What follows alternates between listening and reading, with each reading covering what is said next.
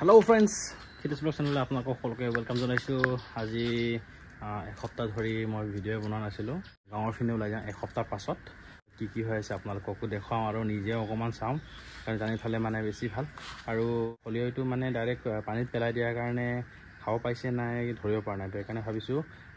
কিবা এটা কৰিব লাগিব মামা ফোন কৰিলো আপুনি ইটো খলিয়টো তিয়াই থলে কাৰণে আপোনালোকক ভালকে দেখাম চাই থাকিব ভিডিও এনলৈকে খুই পাৰলে আহি পালোহি এয়া হল তৈলা অৱস্থা নেটটো লগাম বুলি ভাবিছিলো কি হয় খলিয়টো গুৰি হৈ যায় গুৰি হোৱাৰ পাছত কি হয় মানে কি নেটৰ ফুটা হৈ ওলাই যায় সেইকাৰণে নেটটো ব্যৱহাৰ নকৰো আৰু তো নেটে ব্যৱহাৰ কৰিম বুলি ভাবিছিলো কিন্তু উপায় নাই তো তৈলা অৱস্থাকে ইউজ কৰিবলগীয়া হৈছে ইয়াত আছে খলিয় গুৰি কৰাটো 6-7 ঘণ্টামান তিয়াই থব লাগে মাছ কেইটা খাব পাইছে নে নাই মানে তাকে ধৰিব পৰা নাছিলো সেইকাৰণে বস্তাতে দিয়াটো প্ৰিফাৰ কৰিলো আৰু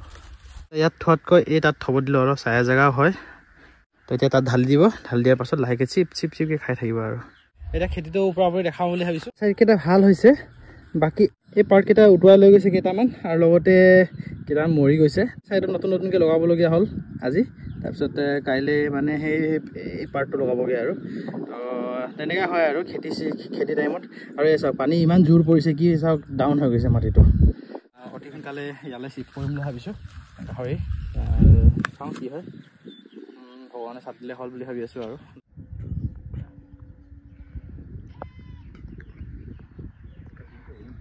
খেতিও চালো পুখুৰী চালো এতিয়া গৈ আছো ঘূৰি বজাৰ কেইটামান কৰিব আছিলে আজি অকণমান স্পেচিয়েল ডিছ এটা বনাম দাদা আহিছে বৌ আহিছে সকলো কাৰণে আৰু বহুত দিন হ'ল ছাগলী মাংস খোৱা নাই সেইকাৰণে ছাগলী মাংসকে লওঁ বুলি ভাবিছোঁ আজি বনাওঁ আৰু কিবা এটা স্পেচিয়েল আপোনাক দেখাই আছোঁ সেয়াই আৰু বজাৰৰ পৰা আহিলোঁ আহিয়ে এয়া চাওঁ মটন লৈ আহিলোঁ মটন আনিছোঁ 1.5 কিলো তাৰপিছত আদা নহৰু গ্ৰাইণ্ড কৰিছোঁ আদা নহৰু আৰু হালধি মেৰিনেট কৰি থৈ দিম তো এতিয়া সময় আছে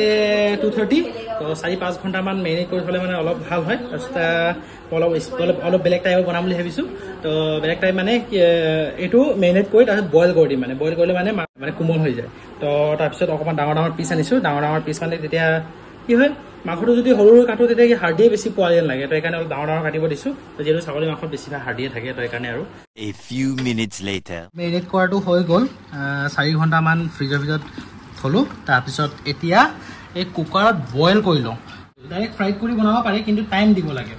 টাইম যেনে আপোনাৰ 1-1.5 ঘণ্টা দিলেহে আপোনাৰ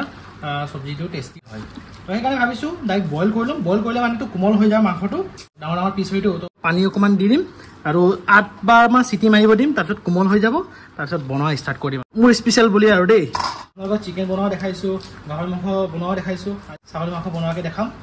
আৰু আজি ভিডিঅ'টো ৰেচিপি এইবোৰ হ'ব আৰু এই আৰু চাই থাকিব বইল কৰাটো হৈ আছে তাৰ লগতে এটা বস্তু কৈছোঁ এইটো আলু তো গোটাকৈ লগাই দিছোঁ অলপ কুকাৰৰ ঢাকনাটো লগাই দিওঁ যিহেতু বহুত বেছি গৰম পৰিছে যোৱাকালি আৰু আজি ইয়াত 35-40 ডিগ্ৰী চেলচিয়াছৰ ভিতৰত আছে কিন্তু হিউমিডিটিটো বহুত বেছি আৰু লগতে ফিলছ লাইক 47-48 ডিগ্ৰী চেলচিয়াছ অৱস্থা বেয়া হৈ গৈছে আৰু দিনত 2 বাৰ গা ধুলোঁ এবাৰ গা ধুব লাগিব 3 বাৰ এয়া চাওক ধুনীয়াকৈ বইল কৰা হৈ গ'ল চব্জি বনোৱা ষ্টাৰ্ট কৰিম তো কি আছে আপোনাক দেখাব বিচাৰিছোঁ নহৰু পেষ্ট পিঁয়াজ লৈছোঁ অকণমান বেছি তাৰপিছত লং আছে ইলাইচি আছে আৰু দালচেনি আছে আৰু লাল মিৰ্চ আছে আৰু মছলা অকণমান বেছি নলওঁ আজিৰ একচুৱেল মটন চব্জিটো কিহৰ বনাম বুলি ভাবিছে নাই এয়া চাওক ঘি এইটো অন্নপূৰ্ণাৰ ঘি হয় অৰিজিনেল ঘিটো পোৱা নাই তো সেইকাৰণে 250 গ্ৰামৰ আনিছোঁ মিঠাতেল ব্যৱহাৰ নকৰোঁ আৰু জাষ্ট ঘি ব্যৱহাৰ কৰিম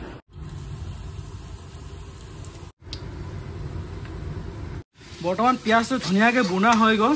আৰু 2 মিনিট থোৱাৰ পাছত বইল কৰা মটন আৰু আলুটো লগাই দিম ইয়াত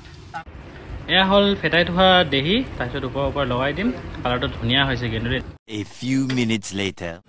এয়া চাওক মটনৰ ডিছ একদম কোমল অকণমান টাইম ল'লে বাৰু আৰু ইয়াত দাদাই স্পেচিয়েল বনাইছে চুইট ক্ৰিস্পি ফিছ বোলে এইটো ট্ৰাই কৰি চাব লাগিব অলপ যিহেতু ইয়াত মই সানি লগাইছে সেইকাৰণে চুইট বুলি কয় আৰু এতিয়া মোৰ ডিছটো ট্ৰাই কৰি চাওঁ এয়া চাওক মাংসটো কোমল হৈছে আৰু আজি যিহেতু নিজে চব্জি বনাইছোঁতো অকণমান বেছি খাম বুলি চাওক 10 পিচ ৰুটিৰ লগত গ্ৰেভিৰ লগত মটন আৰু লগতে চুইট ক্ৰিস্পি ফিছ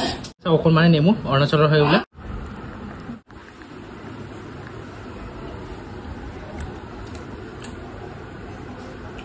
একচুৱেলি গ্ৰেভিৰ লগত শুকান ৰুটি একদম মজা এক নম্বৰ বেয়া লগা নাই কিন্তু ভাবিছিলোঁ আলু লগৰ কাৰণে অলপ বেছি বেয়া লাগিব নেকি বুলি মুডটো অলপ বেয়া হৈ আছিলে কিন্তু এতিয়া অকণ ঠাণ্ডা হোৱাৰ পাছত মজা হৈছে বহুত বেছিয়ে খাই দিলোঁ ৰুটিটো তো যিহেতু ৰুটি 3খন বা 4খনেই খাওঁ ৰাতিকৈ দাইলত আছোঁ বুলি ভাবিছিলোঁ কিন্তু আজি চব্জিটো অলপ টেষ্টি হোৱাৰ কাৰণে 10খনমান খাই দিলোঁ পূৰা একদম পেট ফুল হৈ গ'ল আৰু যিহেতু গৰম বেছি হৈছে তো ছাগলী মাংসৰ লগত খাই দিছোঁ ৰেড মিট হয় লগত আৰু গৰম হয় বোলে ছাগলী মাংস খালে মজা লাগিলে কিন্তু খাই আৰু কষ্টৰে বনোৱা চব্জি যদি টেষ্টি হয় তেতিয়া এনেও মানে মনটো ভাল লাগে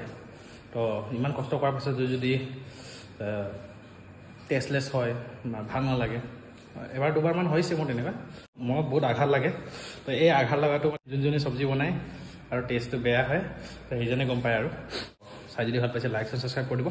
তো ইমানে আৰু bye bye and take care and good night